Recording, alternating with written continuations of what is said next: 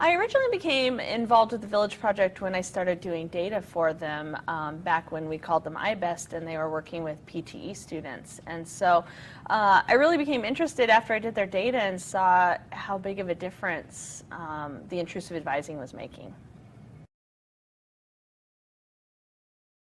You know, it's been really rewarding to work with the Village students. I work mostly with data, so a lot of the times I don't work with students as much as I have at prior positions. So it's nice to be able to work one-on-one with students as well, and with other staff members that I normally wouldn't be as involved with. Well, like I was saying earlier, I really think it involves you with more staff and faculty than you would ever work with. Especially as a staff member, I've created more direct relationships with faculty members than I normally would, just because we talk on a weekly basis when we have students that need extra help. So I think it allows some crossover between faculty and staff in terms of networking.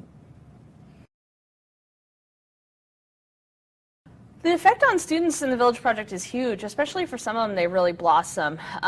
They create friendships that I don't think they normally would have outside of their cohort, and find kind of like-minded people. And then I think it empowers them going forward to know that staff and faculty want to interact with them.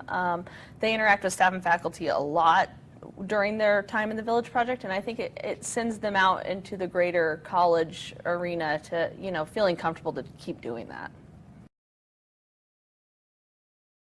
My role in the Village Project has been as an intrusive advisor, and I've also done data on the backside to kind of see what the outcomes have been as well, but my primary role has been as an advisor.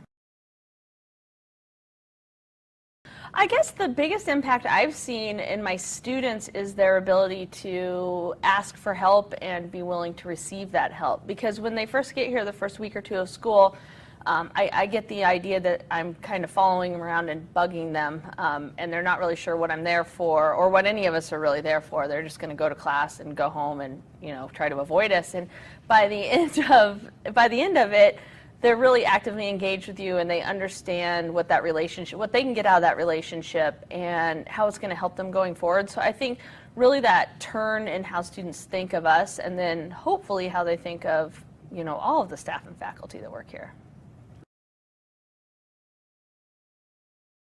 Some of the things that I've done to help students here as an intrusive advisor were helping them find benefits outside of campus. Some of them are living on the edge of not being able to pay their rent and not being able to keep the power on.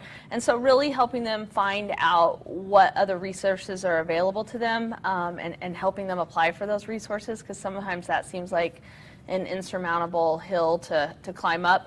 I've also helped students with their resumes because they need part-time jobs while they're here, so that's another thing that I've assisted students with. And then from time to time we have students that transfer or need to transfer for whatever reason, and I've helped them get everything together so that they do that and they don't end up being a drop student, but instead transferring on to the next college that they're going to go to. So those are just a few of the things.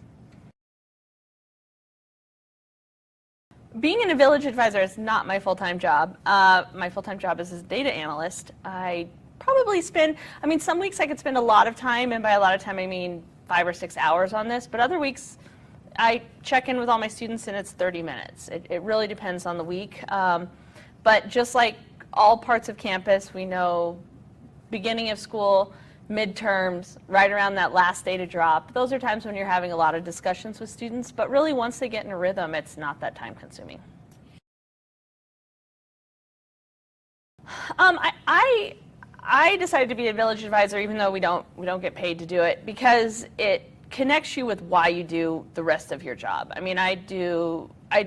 analyze numbers, I analyze what students do, and it's good to then put the student in front of that to kind of see how they got to, I can look at numbers and I can see how many of our students, what percentage of our students drop or fail math or do these things that we wish they wouldn't do.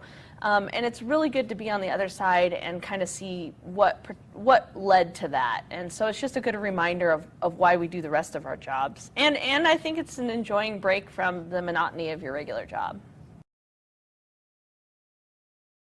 I haven't had any cry-worthy things lately. I will say we've had a few students where I'm just amazed at how much they've thrived since they've got here. And they were students that when I first met them, I thought, ooh, you have a lot of personal challenges, not NIC work, go to school challenges, but just a lot going on in your life and a lot of history to overcome.